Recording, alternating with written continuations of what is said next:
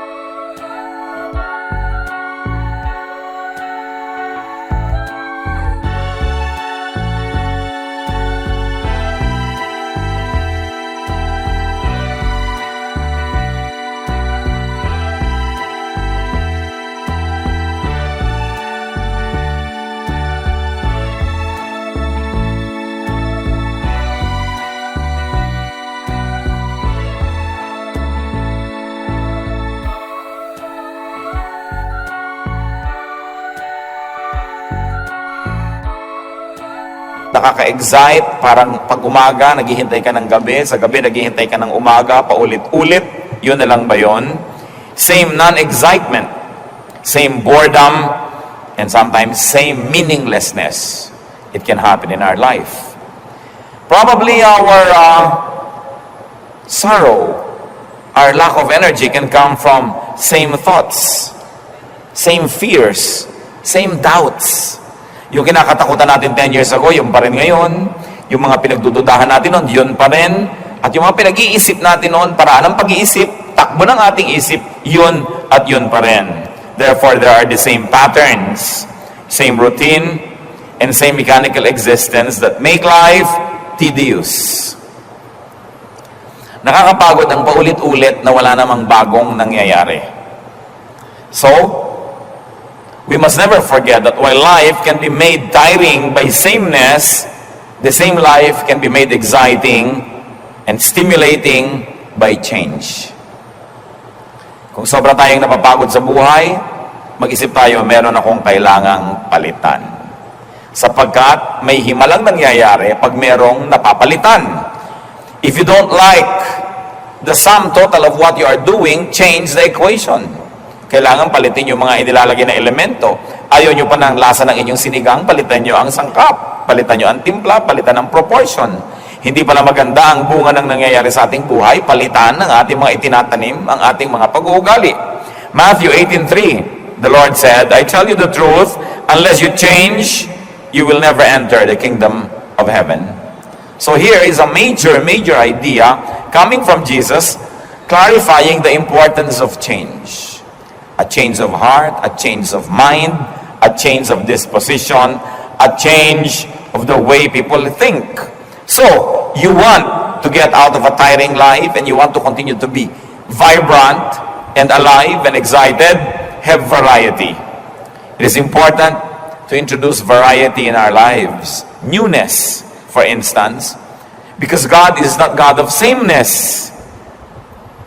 Pati ang kanyang mga kabutihan ay iniiba-iba niya. Lamentations 3:22 and 23, the Lord's compassions are new every morning. The Lord doesn't just recycle His old compassions. May bagong mukha, may bagong korte, may bagong kulay, may bagong hugis, may bagong tunog ang kanyang mga kabutihan sa atin. At araw-araw may bago. Sa ating pong buhay ba, may bago. If we have become creatures of habit, gagising kayo ng ganong oras, iinom kayo ng ganitong kape, maliligo kayo ng ganong kahaba, gagamit kayo ng ganitong sabon, at isusot nyo yung ganitong damit, at gagawin nyo yung ganitong bagay, araw-araw, linggo-linggo, buwan-buwan. Hindi po katakataka kung mapagod tayo sa buhay, kahit wala namang dapat ikapagod. But God is God of variety.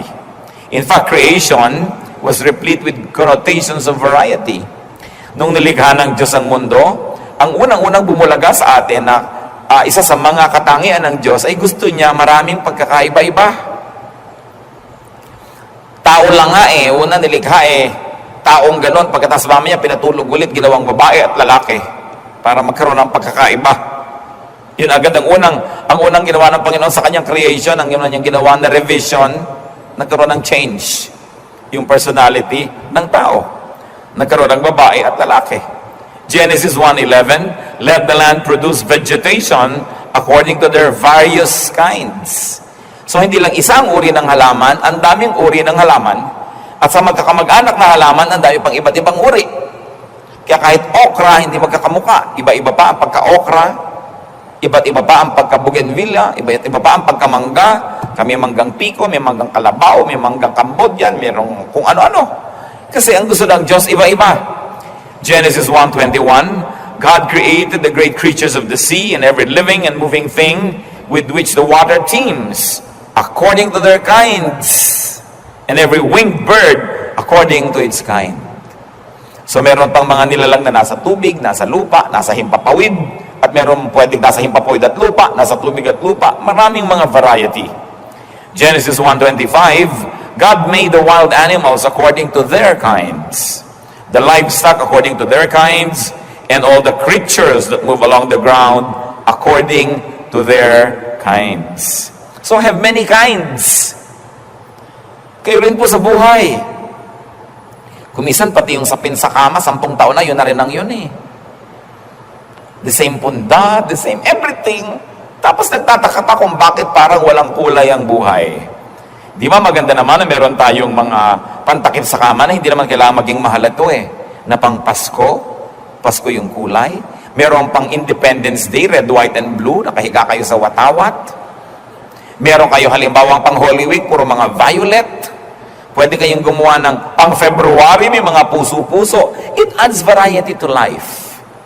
Pati mga timpla ng pagkain, yun na lang nang yun lagi ang timpla ng adobo, hindi mag-eksperimento ng iba. Yun ang platong kinakainan, samantala ang daming platong nakatago at tinitirhan lang ng mga gagamba. Have variety. It's important because God is God of variety, and there is something magical that happens when things are changed. Yung hairstyle, pwedeng iniiba-iba yan. Damit na isinusuot. Hindi kailangan laging uniform, lalo't hindi naman talaga uniform sa trabaho, kundi nakagawian na lang, yun na lang yung suot mo. Vary the facets of your life. Vary your activities. Vary your calendar, and even your sense of place. Iba-ibahin ang ayos ng mga muebles, ang arrangement ng mga mesa, ng kama. Iba-ibahin ang kung saan kayo kumakain. Kuminsan kumain naman kayo sa labas. Kuminsan kumain kayo sa may gilid doon. Kumain kung saan-saan. At kung kayo ay biniyayaan may konting garden, may konting terrace, doon naman kayo mag-breakfast. Mapaiba-iba para naiiba ang takbo at pintig ng ating puso. Pati activities. Try something new. A person must never stop trying something new and making new friends. Lalong-lalot kung tayo nagkakaedad na, ang balita na lang na natatanggap natin tungkol sa ating mga classmate ng elementary, mga kaibigan natin sa ating hometown, na isa-isa na silang nangamamatay, di ba? So ano, puro na lang lungkot yung may darating na news, may nalagas na naman, may namatay. Make new friends. Because as your old friends continue to graduate ahead of you, it's nice to make new friends. May panahon para sa bawat bagay. Maiksi ang buhay, subalit ito'y sapat na para maraming gawin ng tao sa loob ng isang panahon ng pagkabuhay. Ecclesiastes 3:1, there is a time for everything and a season for every activity under heaven. So may panahon para sa bawat gawain, sapat ang panahon. So that's important. So make life exciting by changing some things, by variety. Make life exciting by renewal. Ba't may nire-renew? Binabago. Sabi nga po sa 2 Corinthians 3:18, we are being transformed with ever-increasing glory. So even our spirituality is being transformed every time. It's never the same. It's never the same. Because you are never in the same place ever again. Kahit sinabi mong, ay, December 25, Pasko na naman, it is never the same. Kasi ang mundo po umiikot sa araw. Akala nyo ba, pag balik na gano'n, nandun sa the same place, ay yung araw kasama pang umiikot yan ang buong Milky Way, kaya hindi tayo bumabalik sa the same route every time. It's really never the same. So bakit kailangan maging magkakamukha ang lahat? Kaya rin kuminsan sa spirituality, yung mga iba nawawala na ng gana, ito na lang ba? Kasi wala namang bagong bago. Wala namang bagong verse na memorya at pag-aaralan. Wala namang bagong doktrinang naririnig. At wala namang pagbabago ang attitude niya tungkol sa mga doktrina. Alam niyo po, yung mga paniniwala natin sa Panginoon, yung degree ng pagkaunawa natin sa Biblia, yung lalim, taas ng ating pagkaintindi dyan, paiba-iba yan. Hindi pwede na 5-10 years ago, yung stand nyo, ganun pa rin ngayon. Ibig sabihin, wala man lang na bago. Either you were already perfect 10 years ago, that's why you need not have to change up to now, or you really never even attempted to grow deeper. Hindi natin kayang ubusin ang Diyos. Hindi natin kayang ubusin ang kanyang karunungan, ang kanyang mga katuruan, kaya dapat lagi tayong may bagong pinag-aaralan, at huwag tayong matakot kuminsan na magpalit ng pananaw. Kasi nung una, childish pa lang tayo sa pananalig, bata pa lang tayo, ang alam lang natin kung anong sinasabi ng pastor, kung anong sinasabi ng teacher, kung anong sinasabi ng libro. But there comes a time when you must have a one-on-one with God and you begin to understand Him in a very personal way. That's why I encourage people to develop personal spirituality so that sky's the limit with the way how God would deal with you. Hindi kayo limited ng pulpit, hindi kayo limited ng theology, ng isang local church o ng isang Bible school, sapagkat ang lahat ng tao dapat may connection yan sa Diyos. At sino ang nakababatid ko anong pwedeng ipaalam sa atin ng Diyos na hindi pa niya ipinaalam sa iba? Napakaraming facets ang ating spirituality. That's why it need not be boring. Pero kung tuwing Pasko, kantata, tuwing Holy Week, 7 last words, siyempre, tuwing summer, may camp, tuwing ganito, may ganon, the same boring routine, even our spirituality and our religious life will become tiring. Kaya dapat paiba-iba yan, hindi pare-pareho lagi. Pag tinamad na tayo at nahirati na tayo sa mga nakaugalian lamang, nag-uumpisa na tayong kalawangin, at nawawala na ng sigla ang lahat ng aspeto ng ating buhay. So, renew your mind. And very especially because we're talking about life being tiring. Kung meron po tayong kasama ngayon, merong nakikinig ngayon na nagsasabing sawang-sawa na ako sa buhay, pagod na ako sa buhay, isa lang ang gawin nyo, may iba ang lahat, renew your mind. Renew your thought. Renew your values and aspirations. Renew your position, your alignments, and things will change. Halimbawa, sawang-sawa na kayo sa ugali ng inyong asawa. Baguhin nyo naman ang pag-iisip nyo. Sabihin nyo, hindi siya magbago, babaguhin ko ang attitude ko sa kanya. Ayaw umuwi lagi, ginagabi na, so pababaunan ko nga ng hapunan. Diba? So sa umaga sa mo, honey, magbabaon ka Tupperware para makagabihin ka. Diba? Flashlight, ito, para hindi kagabit. Ba't nyo ibahin ang attitude nyo, lalo sa mga bagay na hindi naman talaga magbago-bago, kaya kayo magpatiwati-wari, magpasirko-sirko, ayaw magbago. Hindi kayo ang magbago ng pananaw. Pagka hindi siya ang nanibago, at siya ngayon nagpasirko-sirko sa pagkalito. Yung mga taong ayaw magbago sa ating buhay, anong gagawin ninyo? Magmumukmo kayo habang buhay? Baguhin nyo ang inyong attitude. If they won't change, well, you have the power not to change them, but to change your attitude. Then everything will change. Everything. Kung minsan kasi pinagpipilitan nating baguhin ang lahat sa ating paligid, kaya hirap na hirap tayo. Samantalang hindi naman nagbabago kahit anong gawin natin, hindi mas madaling baguhin ang ating isip. Sabi sa Romans 12 verse 2, do not conform any longer to the pattern of this world, but be transformed by the renewing of your mind. Gusto nyong maiba? Ibahin ninyo ang takbo ng inyong pag-iisip. Then maiiba kayo. Kung dati na lang kayo laging nervyoso, di ba? Ibahin ninyo ang attitude nyo sa inyong kinakanervyosan. Pag nag-iisa na kayo, nervyosin kayo, ngayon sabi, wow, salamat, nag-iisa ko, walang abala, I can pray, I can sing, I can dance to the Lord. No? Pagka nag-aalala kayo, wala kayong kapera-pera, sabi, wow, walang mananakaw sa akin. Di ba? Sarap-sarap ng tulog ko. Wala man lang kung alahas, makakapaglakad ako kahit saan ang walang alalahanin. Baguhin nyo lang yung pananaw, maraming maiiba. At hindi lang yan pangkondisyon sa sarili para utuin natin ang sarili natin para tayo sumaya. Kasi sinabi na nga be changed by the renewing of your mind. If you're not happy with the reality around you, make your own realities. Because everything is in the mind. Napakahalaga po na iisip natin ng ganitong mga bagay sapagkat ang buhay, marami tayong hindi naiiba. Kahit mo sikapin ibahin. So ba't mo naman iibahin? Di wag na lang. Ibahin mo na lang ang iyong pananaw. And transformation begins with renewing one's mind. Ang tunay na pagbabago ay nagaganap sa loob ng isip ng tao. There are things about which we must change our mind. Then renew your spirit. Psalm 51:10, renew a steadfast spirit within me. Isang malinaw na dalangin. Pagbaguhin niyo po ang aking espiritu. Baguhin niyo ang andar ng aking espiritu. And of course, this can happen through spiritual exercise. If you are not happy with your spirituality, if you are not happy with your spiritual strength, with your spiritual life, what do? Change your spiritual exercises. Then definitely the product will be changed.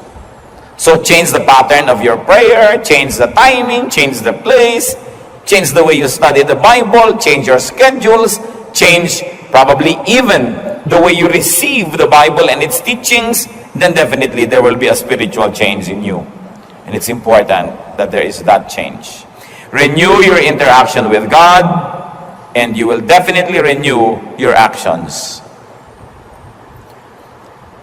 Ibahin lang po natin ang ating pakikipagmabutihan sa Diyos, ang pakikisalamuha at pakikitungo natin sa Kanya, siguradong maiiba ang maraming bagay sa ating buhay. At kung talagang napapagod na tayo sa buhay, renew your strength.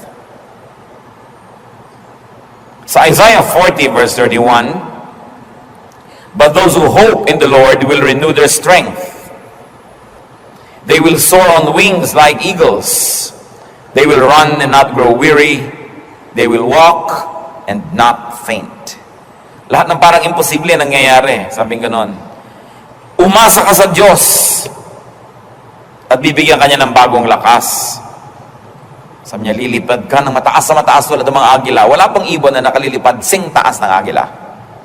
At yun daw ang liliparin ng taong umaasa sa Diyos at binibigyan ng Diyos ng panibagong lakas.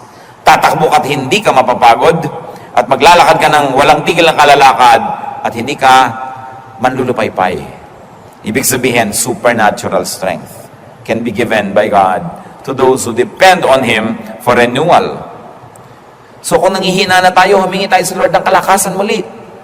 Pero hindi lang hingi ng hingi, ilagay ninyo ang inyong posisyon kung saan kayo dadaanan ng kanyang pagpapala. Halimbawa, umuulan, gusto nyong mabasa, pumunta kayo doon sa labas para kayo maulanan, tanggalin nyo ang payong at kapote para kayo maulanan. Kasi kahit gano'ng kalakas ng ulan, kung balot na balot din kayo, hindi rin kayo nabasa. Kahit gano'ng karaming ipamigay ang Panginoon na kapangyarihan, pagpapala at kalakasan, kung wala naman kayo sa pwesto para tanggapin yon, wala rin mangyayari. At paano tayo pumupwesto doon? Siyempre, isang buhay na kalugod-lugod sa Diyos, kaaya-aya. Sinusunod natin ang kanyang mga katuroan, ang kanyang mga utos, para maklaim naman natin ang kanyang mga pangako. Laging two-way street. Hindi pwedeng claim ka lang ng claim ng pangako ng Diyos, hindi ka naman tumutupad sa inyong usapan. So you do your part, God does His part, and you have a contract. You have a relationship. Renew your strength. Alam niyo po, kadalasan, pagod lang. Physical pagod lang ang marami.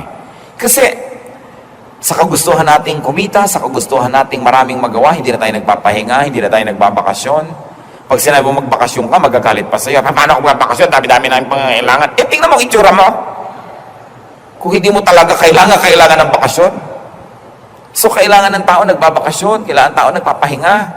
Sapagkat yun ang disenyo sa atin ng Diyos. Alam niyo po, maraming mga dramang bukid, tulog lang kailangan yan. O kaya, konting bakasyon, konting pasyal, naiiba ang maraming bagay. Sapagkat meron talagang himalang nangyayari sa isang isip na napapahinga. At ano po ang pahinga ng isip? Yung tigilan mo muna ng kaiisip yung iniisip mo at mag-isip ka ng iba naman.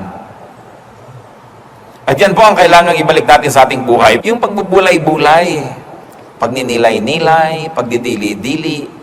Magtataka tayo bakit maraming matatanda nung araw ang tatalino kahit hindi sila masyadong nakarating sa mataas na formal education. No? Kasi, duyan sila ng duyan, ugoy ng ugoy sa silyon. Merong ano yan may effect sa tao. Yung uugay-ugoy ka, nare-relax kang gano'n. Kahit sa mga sa psychiatry yung inuugoy-ugoy kang gano'n para medyo makawala yung iniisip mo at lumuwag-luwag ang iyong isip.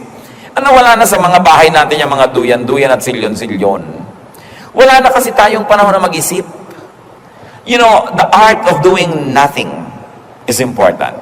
Kasi lagi nilang paggising bukas na ang TV, lalo yung may remote, ang daling buksan, ang daling maglipat, nagluluto, may nadidinig na radyo, may nakasalpak na tugtog dito.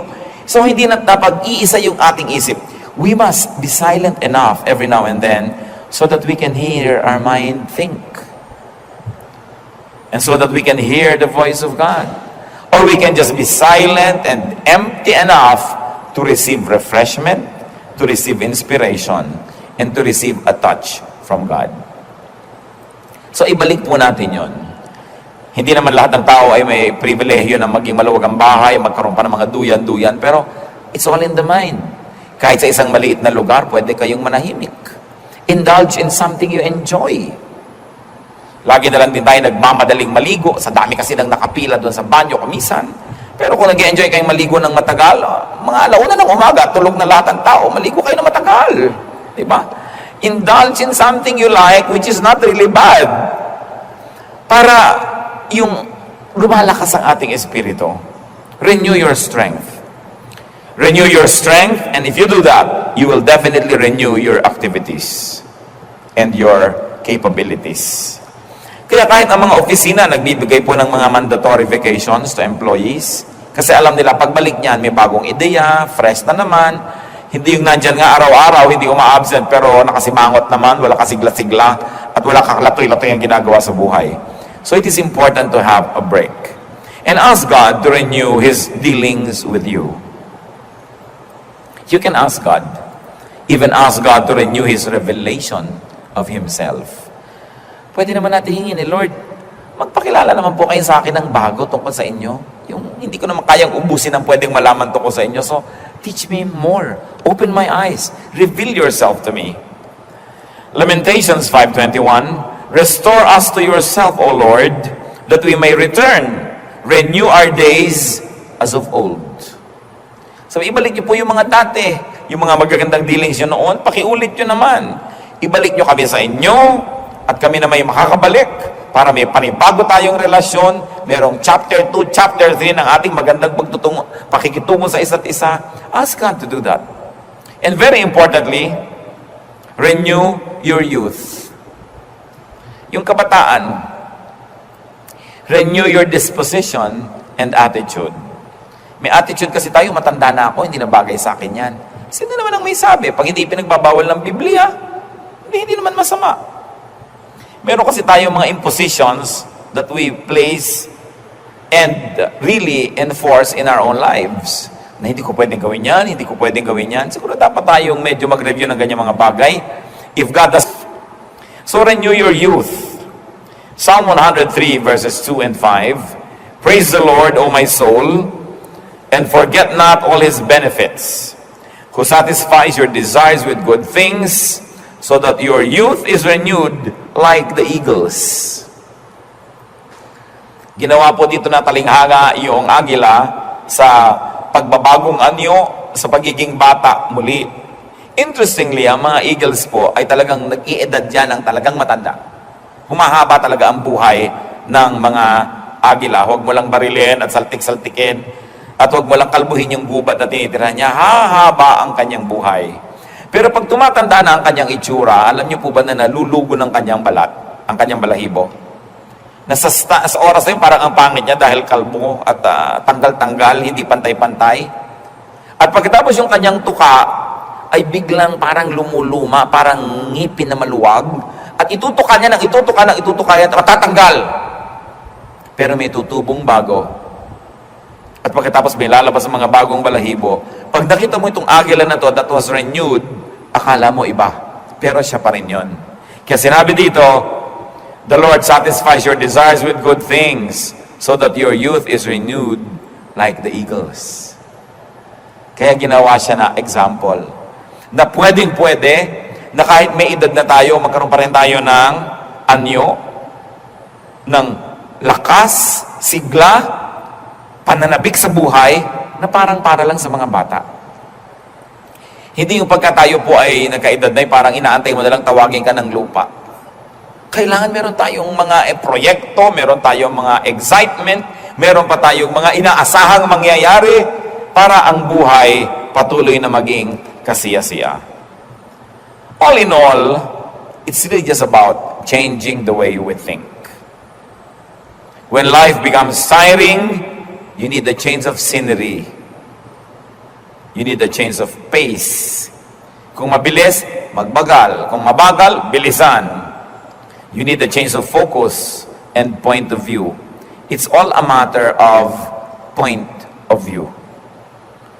Maraming mga bagay, pareho lang yan, pero iba ang pananaw ng iba't ibang tao, kaya ang iba't ibang tao, iba't iba ang nararamdaman tungkol sa bagay na yon.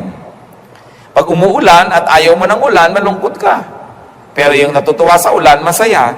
So bakit hindi mo turuan ang sarili mo na bawasan ang ayaw mo sa buhay para nababawasan ang iyong mga kalungkutan? Ayaw mo pala sa ulan, turuan mo ang sarili mo na mahalin ang ulan at magustuhan yan talaga. Para tuwing umuulan, hindi ka kailangang malungkot kasi whether you're happy or sad, it will rain. That will not change, but you can change your attitude.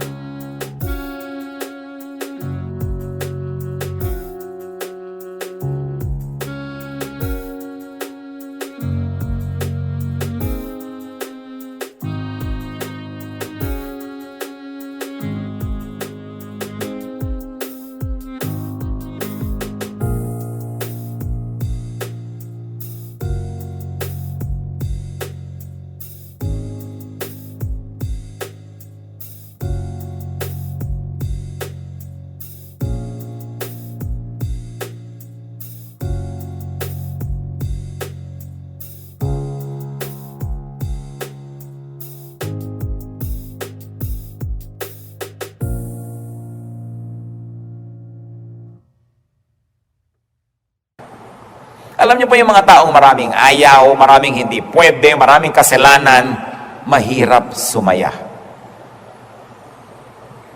Ayaw pang mahiga kung